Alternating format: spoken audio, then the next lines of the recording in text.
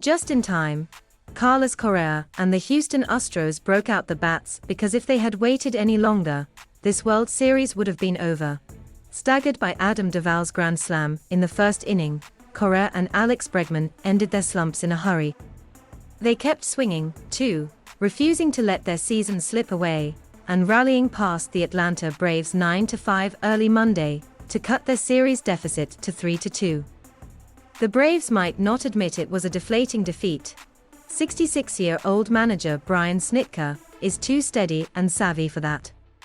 But by any measure in the analytics age, this had to sting. I'm just glad we get to go back to Houston. That was our goal today, Astros skipper Dusty Baker said. Correa came through with 3 hits after getting moved up to third in the lineup for Game 5, while Bregman was dropped to 7th. Martin Maldonado found 3 different ways to drive in runs, and pinch hitter Marwin Gonzalez blooped a 2-out, 2-run single in the 5th for a 7-5 lead. A matchup of bullpens turned into the first high-scoring game of this fall classic, and the highest-scoring team in the majors this year won it. Couldn't hold down the Astros forever. A parade of Braves pitchers found out as the clock passed midnight and the calendar flipped to November. We've got a clubhouse full of bad dudes in there. And our lineup is very deep, Correa said. Correa gained attention earlier this postseason for marking big hits by pointing at his wrist, where a watch might be. His time, he said. The star shortstop doubled and singled twice, driving in 2 runs. His RBI single in the 8th padded the lead, and as Jose Altuve got congrats in the dugout after scoring, the Fox TV mics picked up someone on the bench yelling it's time. A night earlier, the Astros went 0 for 8 with runners in scoring position in a 3-2 loss. That left Correa at 2 for 14 overall in the series, and Bregman was at 1 for 14 before the game. We talked and we said, "We're not gonna give up," Correa said. "We're gonna go out there fighting." Atlanta had been 7-0 at home in the postseason, and a boisterous crowd inside Truist Park and packed plaza outside came early, hoping to celebrate its first championship since 1995. "If we win the World Series, it doesn't matter where it is," Snitker said. "I'd have loved to have done it in front of our fans. Hopefully, we can do it the next couple of days." Duvall's slam sent a dozen Braves careening from the dugout, a full-out frenzy of hollering, twirling and dancing. "We celebrated it. We got excited, and that's what you do when you hit home runs, but it's a long game. That happened in the bottom of the first.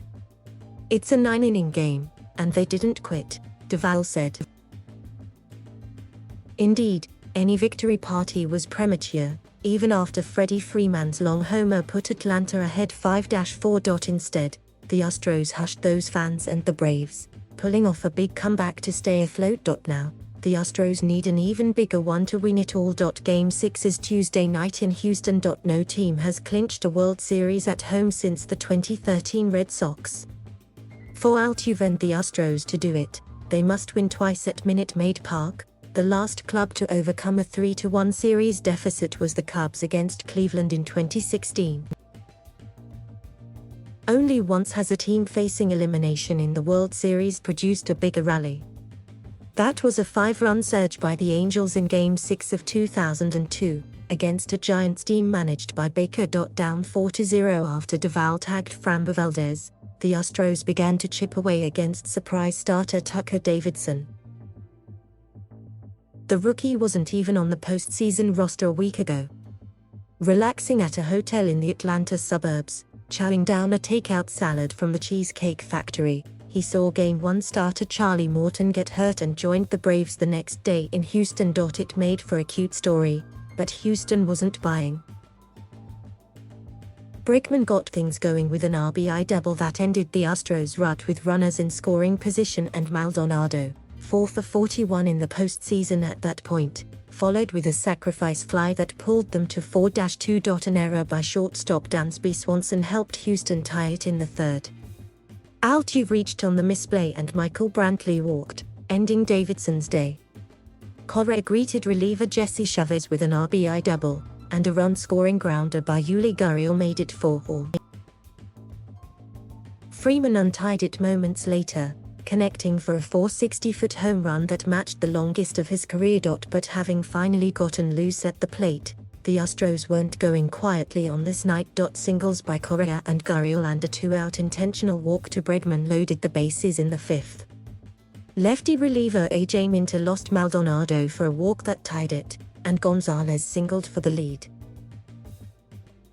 Maldonado added an RBI single in the seventh and Correa extended the lead the next inning. Jose Urquidy worked a scoreless inning in relief for his second win of the series, becoming the first pitcher to earn one as a starter and reliever in the same fall classic since Randy Johnson for Arizona in 2001. Phil Maton tossed 2 shutout innings and Kendall Graveman did the same to close it out. Minter took the loss. Houston became the first team to win Game 5 on the road when trailing 3-1 in the World Series since the 1992 Braves in Toronto. Astros right-hander Zach Greinke got the first pinch hit by an American League pitcher in World Series history, lining a single in the fourth. He also got a hit when he started Game 4. The previous hit by a pinch-hitting pitcher in the series came way back in 1923 by Jack Bentley of the New York Giants. Bentley had 2 of them against the Yankees in that matchup after batting .427 during the regular season.